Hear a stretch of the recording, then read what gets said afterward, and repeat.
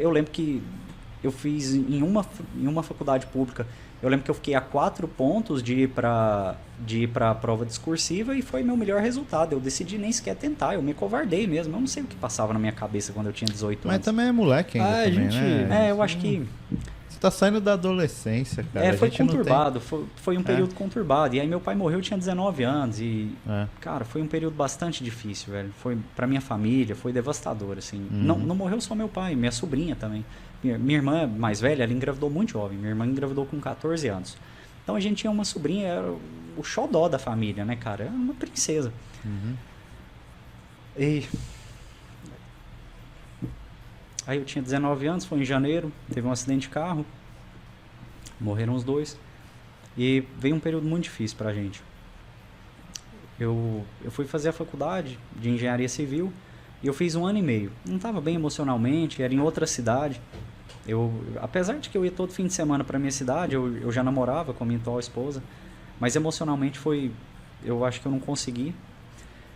E aí eu abandonei a engenharia civil, decidi fazer ciência da computação. Eu gostava de informática, gostava de jogos, né? Pensei, vou gostar do curso da ciência da computação. Cara, foi horrível, velho. Talvez tenha sido uma das maiores besteiras que eu fiz na minha vida foi ter deixado a engenharia civil para fazer ciência da computação. Foi horrível, cara. E os caras, nossa, o curso de engenharia era tão bom e eu não sabia. O que eu fiz da minha vida. Mas eu fiz essa cagada homérica.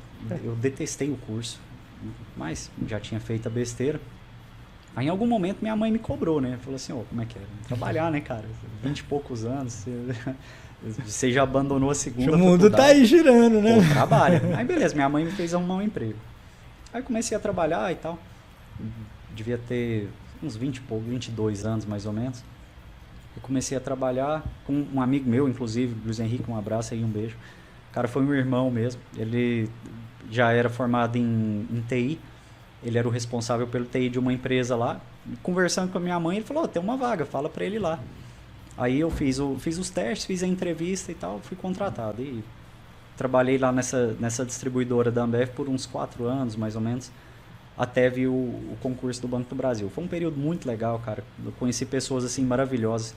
E você tem um contato com a realidade. Cara, eu tinha uns 22, 23 anos, eu não tinha contato com a realidade. Assim, eu era um moleque do videogame, da faculdade pública. Por isso esse pessoal... Não vou entrar nessa conversa.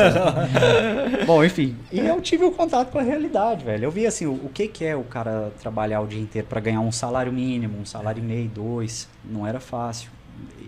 Eu vi pela primeira vez o que era a realidade ali.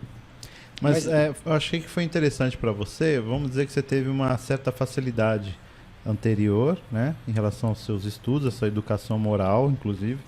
E foi interessante para você porque você encarou a realidade e você não titubeou, né, cara? Você viu o que era a realidade mesmo da vida e continuou, né? Tive, cara, não teve jeito. Porque você poderia ficar revoltado, sei lá, você poderia falar, minha mãe me ajuda, Acho tal. que eu fiquei. Eu passei por todas essas fases aí. É uma transição, né? Foi uma transição, Mas é o que né? você falou, né, cara? A gente sempre tem aquele fato motivador, que é igual você falou do fato da sua namorada, que hoje sua esposa tá grávida, que acho que é o choque, né? Que aí você, por mais que às vezes a gente tem aquele conforto de você estar em casa, você tem tudo, você ainda fica pensando assim, posso conseguir mais? Posso, mas tá legal, tá tranquilo aqui, dá pra...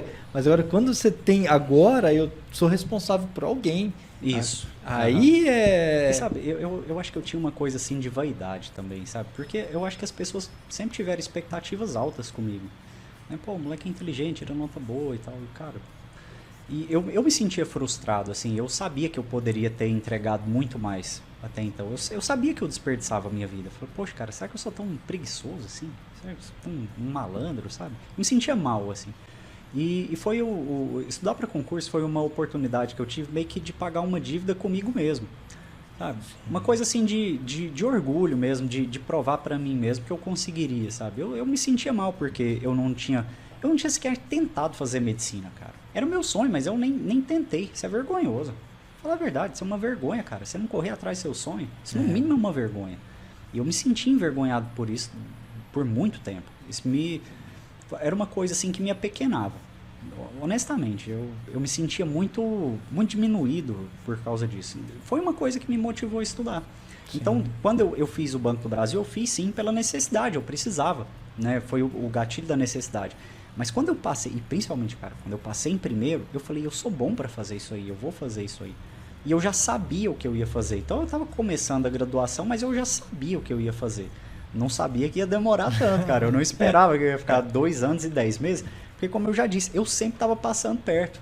E foi, assim, foi fácil para mim chegar a 70, 75% ali naqueles concursos. Não foi difícil. Em 3 meses eu estava fazendo 75%. Que eu pensei, pô, tô no caminho certo, mas eu não tava. Então, quando eu tive ali a decepção com a prova da ANAC, eu precisei fazer uma mudança de curso, eu percebi que eu precisava melhorar a minha técnica. E aí foi quando eu percebi assim, a importância de ter as revisões periódicas ali, a curva do esquecimento. Eu acho que talvez tenha sido ali o método, a técnica, não sei, que eu empreguei assim nos meus estudos, que eu acho que me fez sair ali dos 75% para os 85%. Então, eu diria assim, se teve um pulo do gato na minha preparação, eu acho que foi me atentar às revisões periódicas. Certo. E isso eu acho imprescindível para quem vai estudar para qualquer coisa, cara.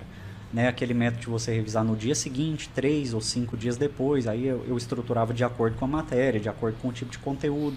Eu tinha uma planilha no Excel que eu colocava lá.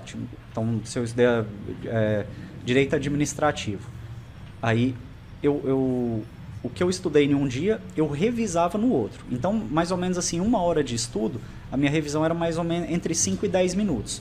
Então, eu pegava um PDF ali de 4 horas e eu resumia ele mais ou menos meia hora, num primeiro momento. Sim. Depois eu trabalhava em cima daquele resumo para enxugar ele mais ainda.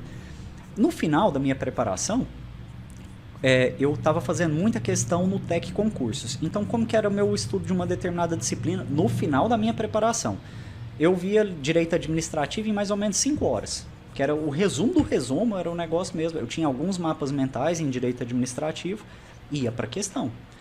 Eu lembro que antes de fazer essas revisões periódicas e ter esse material condensado, eu ficava com mais ou menos 80%, 85% nas resoluções de questão. Depois que eu passei a fazer isso, cara, eu fui para 90%, 95% e algumas vezes 100%. Então, foi isso que faltou para me tirar do quase ali para as vagas. Foi essa técnica das revisões periódicas. Então. Mas isso que você falou da porcentagem tem muito a ver, porque o Michael, que vem aqui, ele é professor lá de estratégia, ele falou assim, muitas pessoas se iludem quando elas acertam 70% da prova, quando elas estudam, eu estou acertando 70%. A gente faz uma analogia com corredor de sprint, por exemplo. Se você que não é profissional, se eu falar para você, corre 100 metros, você consegue correr em 15 segundos. 100 metros, né? O Usain Bolt corre lá em 9,56. Aí fala assim, tenta chegar no 12. Cara, você vai se esforçar no 12 e você chega. Tenta baixar agora a partir do 12 para chegar no 10, para chegar no 11. É essa parte que é muito difícil. E, inclusive, o concurso é a mesma coisa. Você vai dar uma subida gigante no começo. Aí, para você começar a subir a partir dali, cara, é igual esse tipo, a corrida que eu tô dando exemplo. Até o 15 você chega, até o 12 você até chega. Agora, do 12 para chegar no 10... Putz, cara, é isso aí. É muito esforço, cara. E as pessoas se iludem achando que, cheguei no 12. Então, beleza. E eu fui perceber isso eu já tinha 1 ano e alguns 3 ou 4 meses de preparação para perceber que eu tinha que fazer essa correção de curso. Não sei se demorou, mas, enfim, eu tava sozinho lá. Eu lembro da Vanessa falar que tinha os amigos, né? As pessoas que elas conversavam e tal. No meu caso, eu não tinha, cara, assim. Foi bastante solitário o negócio. Claro, eu fazia as pesquisas pela internet, eu conversava pela internet. Mas às vezes tem algum detalhe que tá na sua cara e você demora a perceber, né? Talvez se alguma pessoa te indicar, você pega um pouquinho mais rápido. É até isso que eu ia te perguntar, se você chegou a conhecer nesse período, antes de você passar no Banco do Brasil, ou nesse período de preparação para os outros concursos, de estar em contato com a galera que já era concurseira, mais experiente. Nenhum. Às vezes algumas pessoas falavam pra mim, poxa, cara, por que você não estuda pra concurso, você é inteligente e tal. Eu não tinha nenhum contato com isso, eu nem imaginava que jeito que seria isso, não sei e tal. Eu não tomei a iniciativa, a não ser quando eu tive, né, esse gatilho, essa virada de chave, que foi a gravidez da minha esposa.